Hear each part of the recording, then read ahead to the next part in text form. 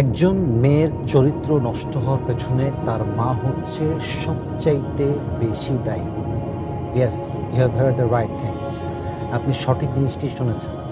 আমি এটাই বলেছি যে একজন মেয়ের চরিত্র নষ্ট হওয়ার পেছনে, তার ইজ্জত নষ্ট হওয়ার পেছনে, তার ক্যারেক্টার নষ্ট হওয়ার পেছনে তার মায়ের হাত সবচাইতে বেশি। এখন বলতে পারেন যে আপনি মাকে কেন রেসপন্সিবল করছেন, বাবাকে কেন নয়?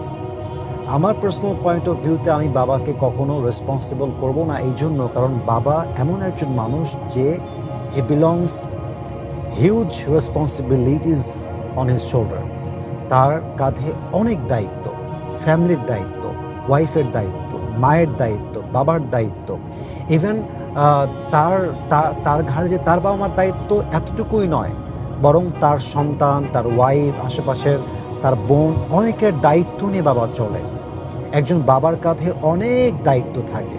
সো তার কাছে সেই সময়টা নেই যে তার মেয়ে কতটুকু কোথায় যাচ্ছে, কি করতেছে, সে পরিপূর্ণ খবর রাখতে পারে না। দায়িত্বটা কার? দায়িত্ব হচ্ছে মায়ের। মা জানে যে আমার মেয়ে কোথায় যায়, মা জানে যে আমার মেয়ের বিহেভিয়ার চেঞ্জ হচ্ছে কিনা। একজন মা জানে যে আমার মেয়ে কোথায় রিলেশনশিপে আছে, কোন ছেলের সঙ্গে আছে। ইভেন একজন মায়েরই দায়িত্ব তার মেয়েকে শিক্ষা দেওয়া যে ইজ্জত কাকে বলে, চরিত্র কাকে বলে। একজন মায়ের দায়িত্ব এটা মেয়েকে শিক্ষা দেওয়া যে মা, তোর ইজ্জত, তোর চরিত্র এটা জাস্ট হাজব্যান্ড পাবে, এটা তোর বয়ফ্রেন্ড পাবে না। তুই যেমনভাবে ইজ্জত বিলীন করছিস বয়ফ্রেন্ডের কাছে, এটা সে ডিজার্ভ করে না। এটা ডিজার্ভ করে একমাত্র তোর husband. He is worthy of it. একমাত্র সেই এটার যোগ্য। একজন মা তার মেয়েকে শিক্ষা দিবে শ্বশুরবাড়ির সঙ্গে ডিল করতে হয় কেমন করে। একজন মা তার মেয়েকে শিক্ষা দিবে হাজব্যান্ডের গুরুত্ব একজন মেয়ের জীবনে কতটা বেশি। একজন মা তার মেয়েকে শিক্ষা দিবে যে তালাকটা তোর জীবনে আলটিমেট সলিউশন নয়। একজন মেয়ে তার মাকে শিক্ষা দিবে তোর লাইফে সবচাইতে রেসপেক্ট যে ডিজার্ভ করে, হি ইজ ইউর হাজব্যান্ড। এটা মায়ের দায়িত্ব, এটা মায়ের শিক্ষা।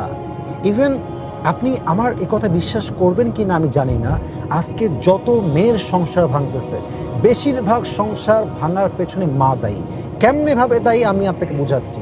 শুধুমাত্র যে বিয়ের পরেই শাশুড়ি কুটনামি করতে হবে, ভুলভাল বুঝাইতে হবে, ভুলভাল বিষয়ে মোটিভেট করতে হবে, it's exactly not like that. বরং একজন মেয়ের যেই ব্রট আপ, তার যে আপব্রিঙ্গিং, তার যে বেড়ে ওঠা, পেলে ওঠা, এর ভেতরে সে যা শিক্ষা পায় এটার ইমপ্লিমেন্ট ঘটে বিয়ের পরে। একজন মেয়ে যদি দেমাগি হয়, এটা কিন্তু বিয়ের পরে হয়েছে তা নয়, সে বিয়ের আগ থেকেই দেমাগি। একজন মেয়ে যদি জেদি হয়, সে বিয়ের পরে জেদি হয়েছে, ইটস নট লাইক দ্যাট। বিয়ের আগ থেকেই সে জেদি। আর এই যে তার হ্যাবিট, তার যে পার্সোনালিটি, তার যে চরিত্র, এই যে তার একটা অ্যাটিটিউড, এটা কিন্তু তার পরিবার থেকে আসছে। এখন যেহেতু তার মা তাকে তার অ্যাটিটিউড চেঞ্জ করতে পারে নাই, তার চরিত্র চেঞ্জ করতে পারে নাই, শিক্ষা দিতে পারে নাই, এই জন্য মেয়েটা কোথাও সংসার করতে পারে না। এটাই বাস্তবতা। একটা মা যখন জানে যে আমার মেয়েটা অবৈধ প্রেমে আছে, আমি অবাক হয়ে যাই সেই মাদেরকে দেখে যেই মায়েরা নিজেদের মেয়েকে অবৈধ প্রেম করতে সাপোর্ট দেয়।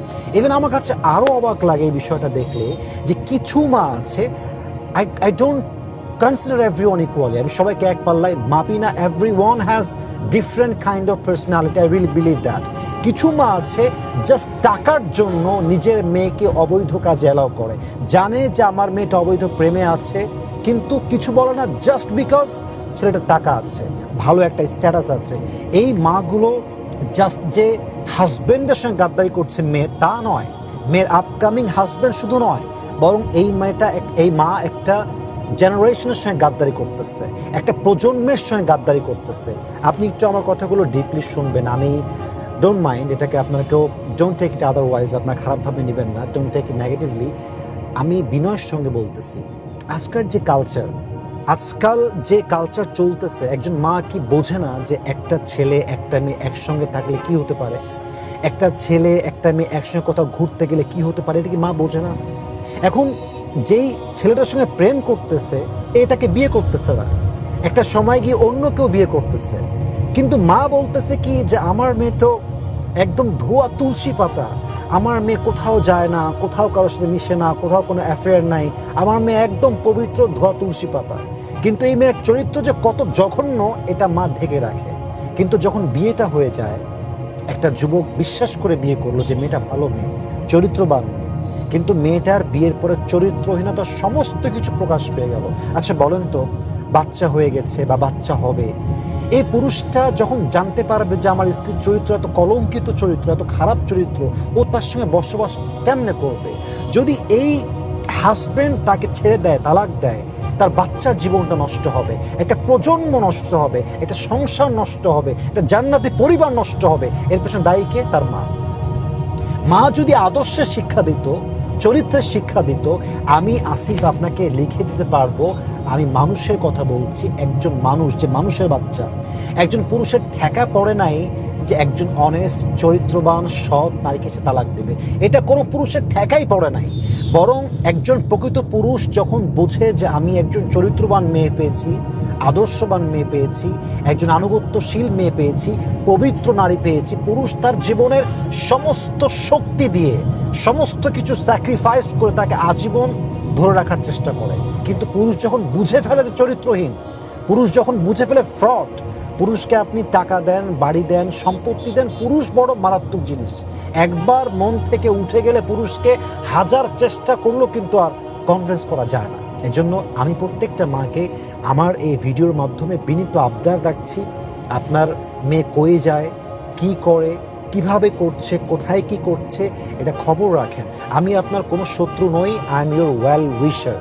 আমি একজন কল্যাণকামী হিসেবে বলছি, আপনার মেয়েকে আপনি চরিত্রবান বানাবেন, একটা প্রজন্ম বেঁচে যাবে, একটা সংসার বেঁচে যাবে, একটা জেনারেশন রক্ষা হবে। এটা প্রত্যেকটা মায়ের দায়িত্ব, যে মেয়ের খেয়াল রাখা, তার টেক কেয়ার করা, তাকে রসুলের আদর্শের শিক্ষা দেওয়া, ইসলামের শিক্ষা দেওয়া, কোরআনের শিক্ষা দেওয়া। আল্লাহ প্রত্যেকটা মাকে, প্রত্যেকটা বোনকে কথাগুলো বোঝা এবং মানার তৌফিক দান করুক। আসসালামু আলাইকুম ওয়া রাহমাতুল্লাহি ওয়া বারাকাতুহু।